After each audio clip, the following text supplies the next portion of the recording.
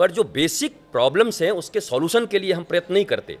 जब भी कोई धर्मगुरु होगा या धर्मशास्त्र का अध्ययन किया हुआ होगा या नॉलेजेबल पर्सनालिटी होगा, वो भीड़ भाड़ से मतलब नहीं रखता, वो अपने वक्तव्य को रखता है। और उस वक्तव्य को अपनाने वाले भी इस दुनिया में बहुत कम लोग हैं, भारत में भी बहुत कम लोग हैं, नहीं तो सभी ज्ञानी हो जाते। तो बहुत उंगलियों पर गिने लोग हैं जो रिसीव कर पाते हैं।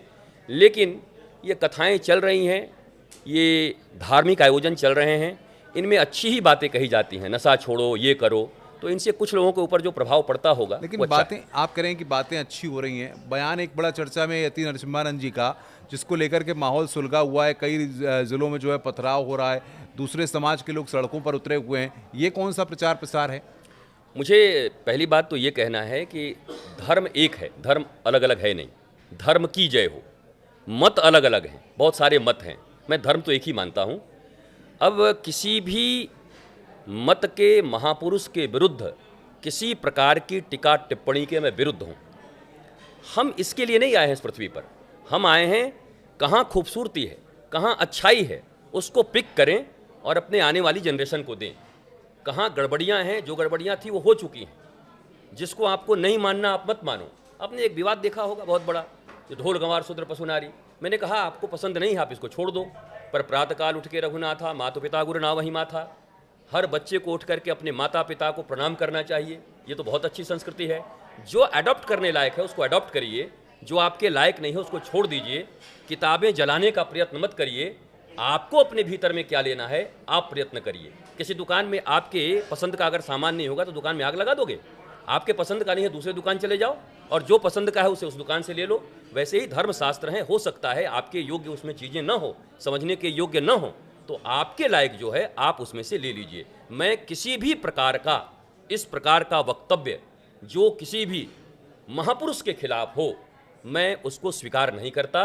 और धर्म इसका नाम नहीं है, धर्म अराजकता का नाम नहीं है। क्या मानते हैं आप कि इंसान का जो डर है, या जो पिछले 2-3 साल में कोविड के बाद से जो इंसान के अंदर डर पैदा हुआ है, कुछ धर्माचार्य, कुछ ऐसे लोग जो धर्म की आड़ में कहीं ना कहीं इन सारी चीज़ों को, धर्म के प्रचार प्रसार को बेचने की कोशिश कर रहे हैं? देखिए, जैसे ही फॉलोअर्स की बात आती है और सोशल मीडिया चल रही है, सोशल मीडिया को मैनेज किए जा रहे हैं। अब मैनेज किए जा रहे हैं तो कैसे मैनेज किया जा रहा है? हम उसमें पैसे लगाते हैं। अगर हम पैसे लगा करके किसी चीज़ को खरीद रहे हैं तो निश्चित तौर पर वो मेरा व्यापार है, हम व्यापार करना चाहते हैं। कोविड के बाद लोगों के बीच में मृत्यु को लेकर के भय और बढ़ा है, और ऐसे ही तमाम भय लोगों के हृदय में हैं। डिप्रेशन का भय है, तनाव का भय है, नौकरी का भय है, हमारा विवाह होगा कि नहीं उसका भय है, हमारे मकान दुकान बनेंगे कि नहीं इसका भय है। मनुष्य तो भयभीत है फ्यूचर के लिए। इसलिए इस भय का व्यवसायीकरण न हो, ऐसा हो नहीं सकता। अगर आपके भीतर भय है तो बेचने वाले भी तैयार हैं। मैं सबके लिए नहीं कहता, परंतु ये जो बहुत भीड़ भाड़ आप देखते हैं वो किसके लिए भीड़ होती है? Beginning of real spiritualism, who am I, मैं कौन हूँ इसके लिए, मैं किस लिए पृथ्वी पर आया हूँ, इसके लिए भीड़ होती है। ये भीड़ होती है मेरा टांग में खराबी है, टांग में खराबी है तो डॉक्टर के पास जाइए। मुझे मुकदमा जीतना है तो ये कोर्ट और वकील किस लिए बने हुए हैं, जज किस लिए बने हुए हैं? आप अच्छे वकील को पकड़िए। आप धर्म के पास किस लिए आते हैं? धर्म शब्द की व्याख्या एक लाइन की है, मैं कौन हूँ, इस पृथ्वी पर क्यों आया हूँ, क्या जो मैं चाहता था मुझे मिला, और नहीं मिला तो मेरे पथ कहीं ना कहीं गलत हैं, मैं सही पथ पर चलूँ। धर्म उस चीज़ का निर्धारण करता है। धर्म व्यापार का केंद्र नहीं है। धर्म किसी रैपर में, अच्छे रैपर में, धर्म के रैपर में अपनी चीज़ों को बेचने का नाम नहीं है। मैं इससे सहमत नहीं रहता हूँ और इस भीड़ को धर्मावलंबी नहीं मानता हूँ। भारत में 2 प्रकार के लोग रहते हैं, या पूरी दुनिया में, एक धर्म प्रेमी होते हैं और एक धर्म भीरू होता है जो धर्म से डरता है। धर्म भीरुओं की संख्या ज़्यादा है, धर्म प्रेमियों की संख्या बहुत कम।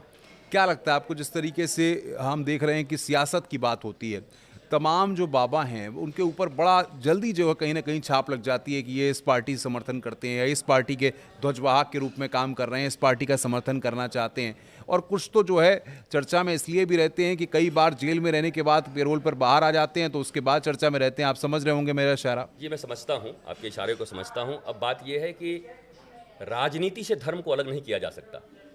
धर्म शब्द का अर्थ है वो मर्यादा जिससे मनुष्य आनंदित रहे, प्रसन्न रहे, डिप्रेशन में न जाए। मैं आपको आंकड़ा 1 मिनट में बता ही दूं कि 74% से ज़्यादा भारतीय मेंटल एंजाइटी के शिकार हैं। 88% पूरे विश्व में लोग मेंटल एंजाइटी के शिकार हैं। और विश्व का दादा जो अमेरिका कहा जाता है, वहाँ 90% लोग मेंटल एंजाइटी के शिकार हैं। ये कैसी पढ़ाई चल रही है, ये कैसी शिक्षा चल रही है, ये कैसा धर्म का प्रचार चल रहा है, और ये कैसा डेवलपमेंट है जहाँ 90% लोग मेंटल एंजाइटी के शिकार हैं, तनाव में हैं, डिप्रेशन में हैं, वो ज़िंदगी जी नहीं पा रहे हैं ठीक से। इसका मतलब बेसिक चीज़ें कहीं ना कहीं फॉल्ट में आ गई हैं। बेसिक चीज़ों को ठीक करना होगा। मैं धर्म के नाम पर हो रहे किसी भी अतिवाद और धर्म के नाम पर हो रहे भय का वितरण, इसका खुला विरोध करता हूँ।